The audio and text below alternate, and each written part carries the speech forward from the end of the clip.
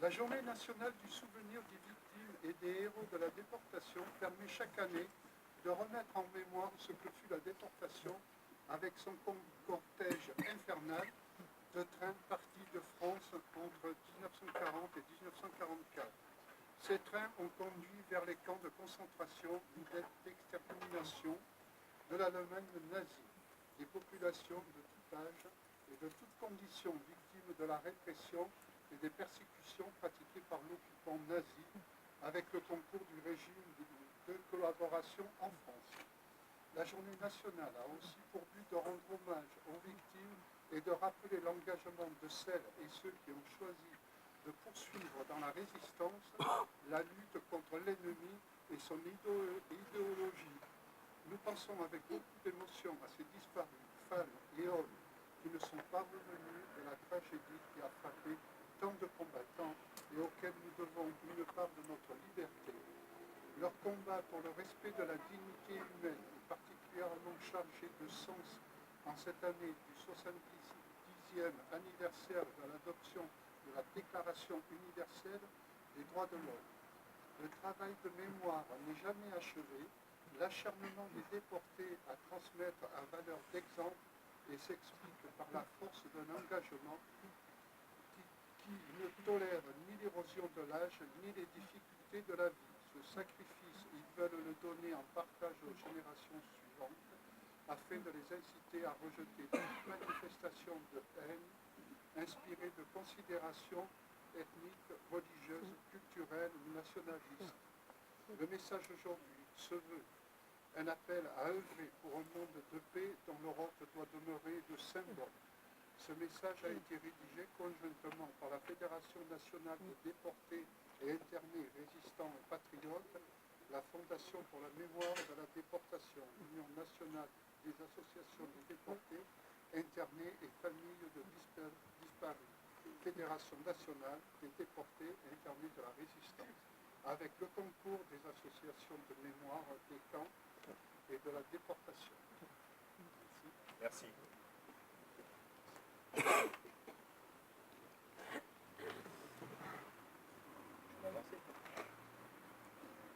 Commémoration de la victoire du 8 mai 1945. Message de la secrétaire d'État auprès de la ministre des Armées. En ce jour, nous rendons hommage à nos compatriotes et à leurs frères d'armes, combattants de 1940, Français libres, qui n'ont jamais cessé le combat, résistants de l'intérieur, ayant héroïquement rejoint la lutte, soldats de l'armée d'Afrique couverts de gloire, combattants rassemblés pour libérer notre terre opprimée et poursuivre le combat au-delà du Rhin et des Alpes.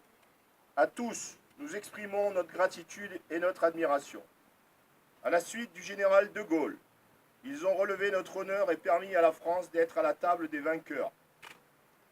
Leur épopée est entrée pour toujours dans l'histoire. N'oublions pas que dans le Pacifique, la guerre se poursuit encore plusieurs mois avec son cortège de souffrances.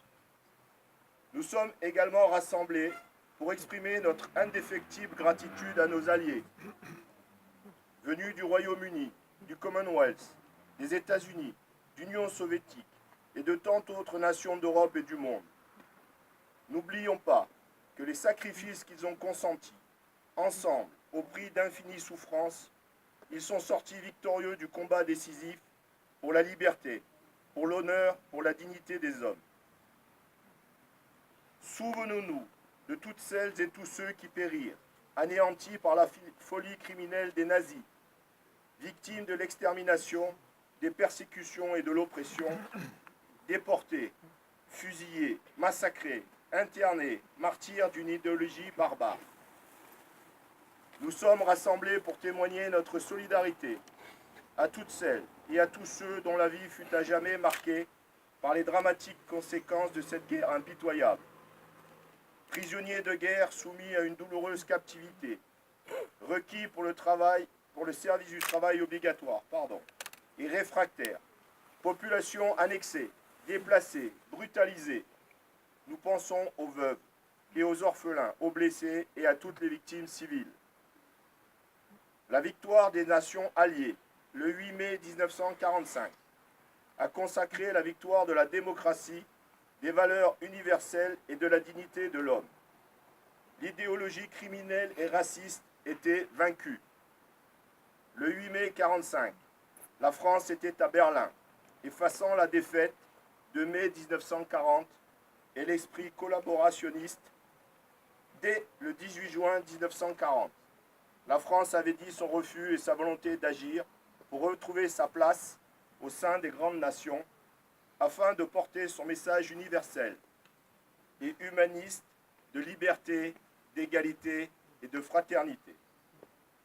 Français, Françaises, de toutes origines et de toutes convictions, nous voulons ainsi manifester notre fidélité à nos héros.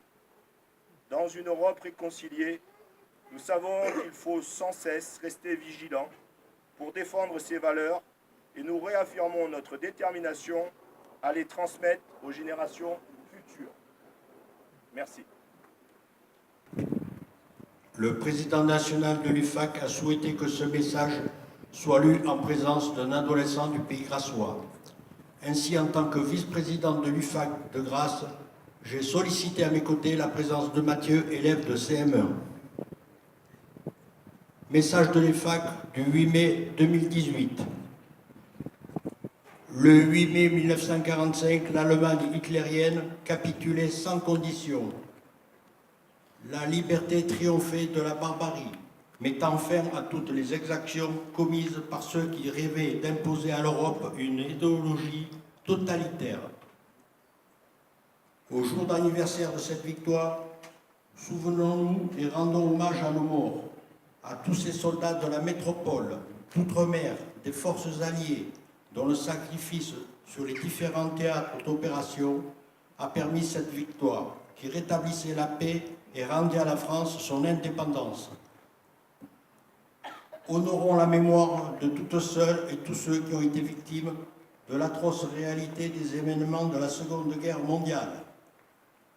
Les emprisonnés, torturés et abattus, les victimes civiles, les commandants de toute arme, les résistants, déportés, fusillés, massacrés, prisonniers, pour leur courage, leur esprit de sacrifice et leur sens du devoir. Associons également à ce jour d'anniversaire la mémoire de Jean Moulin, premier président du Conseil national de la résistance, constitué à l'initiative du général de Gaulle. Parvenu à unifier tous les mouvements de la résistance française, Jean Moulin en présidait la première réunion à Paris le 27 mai 1943. Arrêté le 21 juin à Caluire et Cuire, dans la banlieue de Lyon, torturé, il mourut le 8 juillet lors de son transfert vers l'Allemagne. Le général de Gaulle lui rendra hommage en ces termes. Pur et bon compagnon de ceux qui n'avaient foi qu'en la France, il a su mourir héroïquement pour elle. En cette journée où les Françaises et les Français se souviennent et ont conscience que la paix et les valeurs humanistes qui sont les leurs sont particulièrement fragiles, ils regrettent que les espérances nées de cette victoire historique du 8 mai 1945 soient bafouées. Le monde connaissant encore aujourd'hui des situations de guerre, de violence et de haine.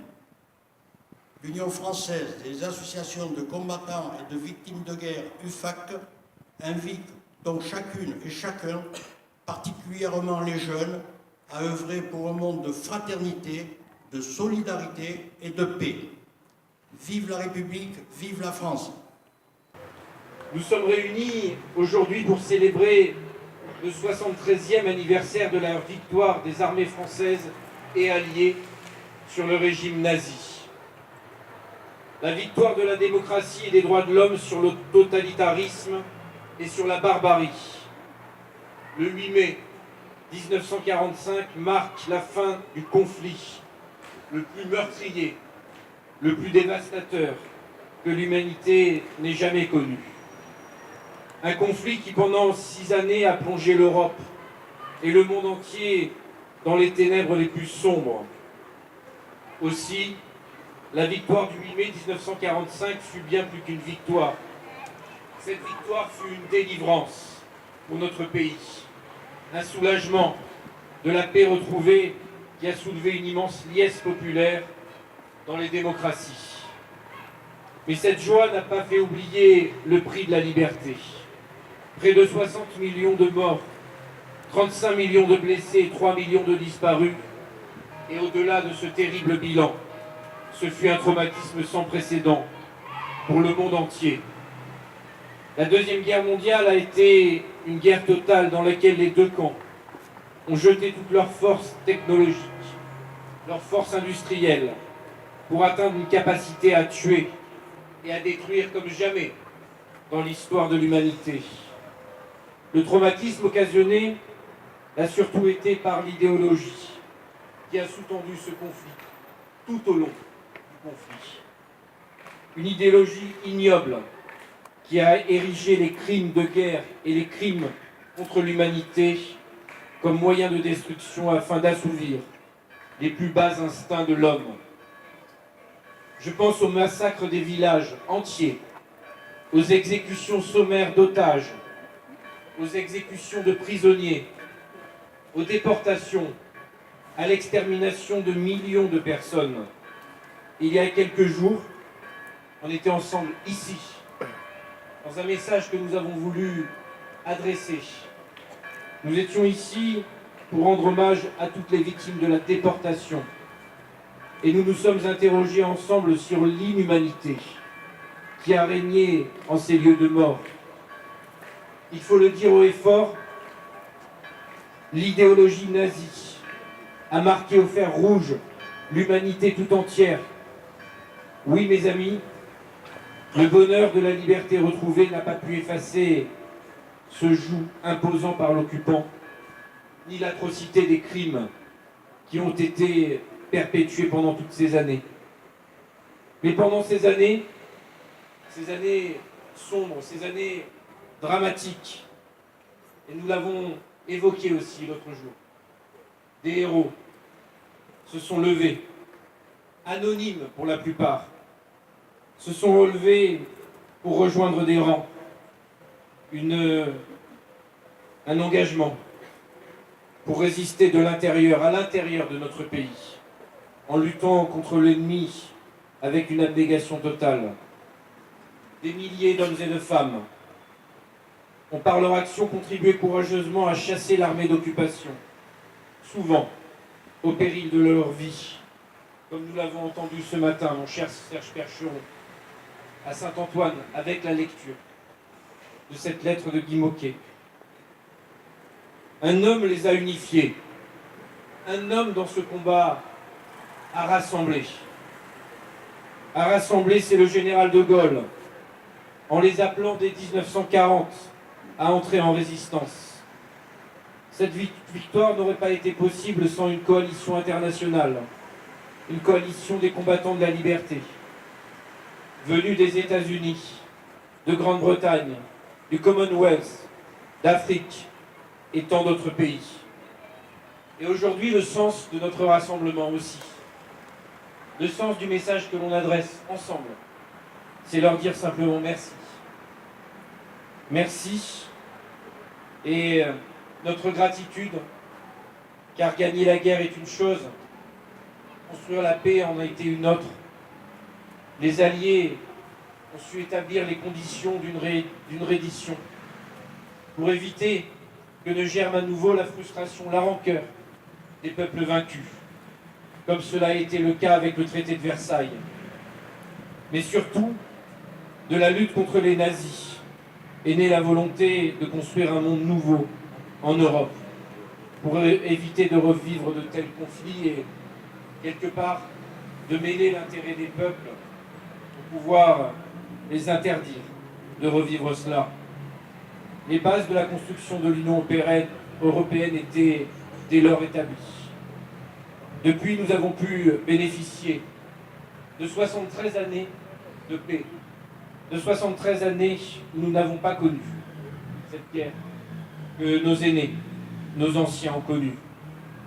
Nous avons le devoir de penser à tous ces soldats de la liberté, qu'ils soient de l'armée des forces françaises, libres, des armées alliées ou encore d'Afrique, venus pour nous libérer sur notre territoire national, Nous avons le devoir ensemble de penser aux combattants de la résistance, aux déportés et à toutes les victimes de cette terrible guerre mondiale.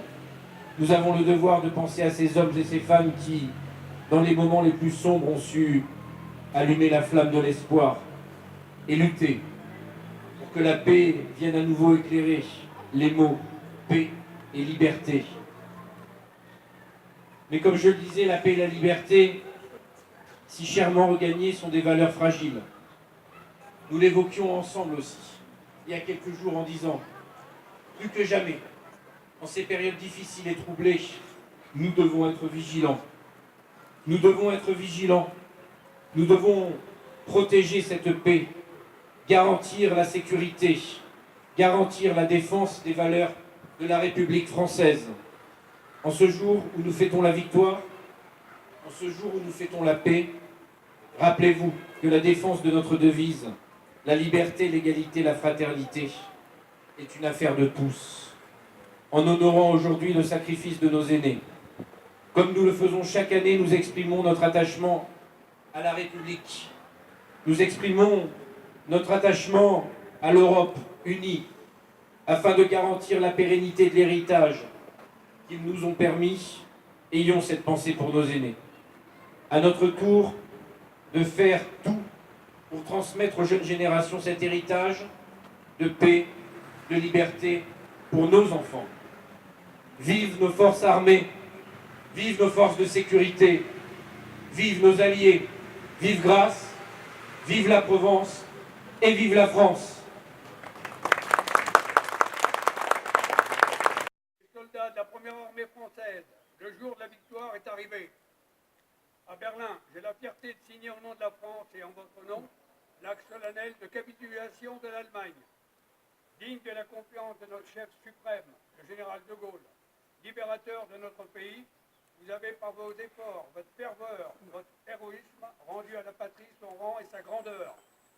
Fraternellement unis aux soldats de la résistance, côte à côte avec vos camarades alliés, vous avez taillé en pièces l'ennemi. Partout où vous l'avez rencontré, vos drapeaux flottent au cœur de l'Allemagne. Vos victoires marquent les étapes de la résurrection française. De toute mon âme, je vous dis ma gratitude. Vous avez droit à la fierté de vous-même comme à celle de vos exploits.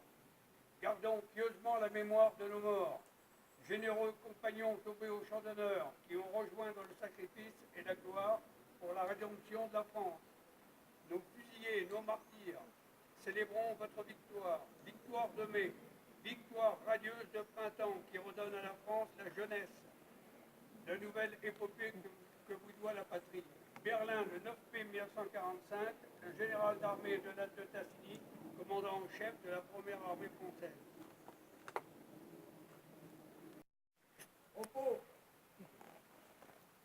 En ce jour, nous rendons hommage à nos compatriotes et à leurs frères d'armes, combattants de 1940, Français libres qui n'ont jamais cessé le combat, résistants de l'intérieur, ayant héroïquement rejoint la lutte, soldats de l'armée d'Afrique, couverts de gloire, combattants rassemblés pour libérer notre terre opprimée et poursuivre le combat au-delà du Rhin et des Alpes.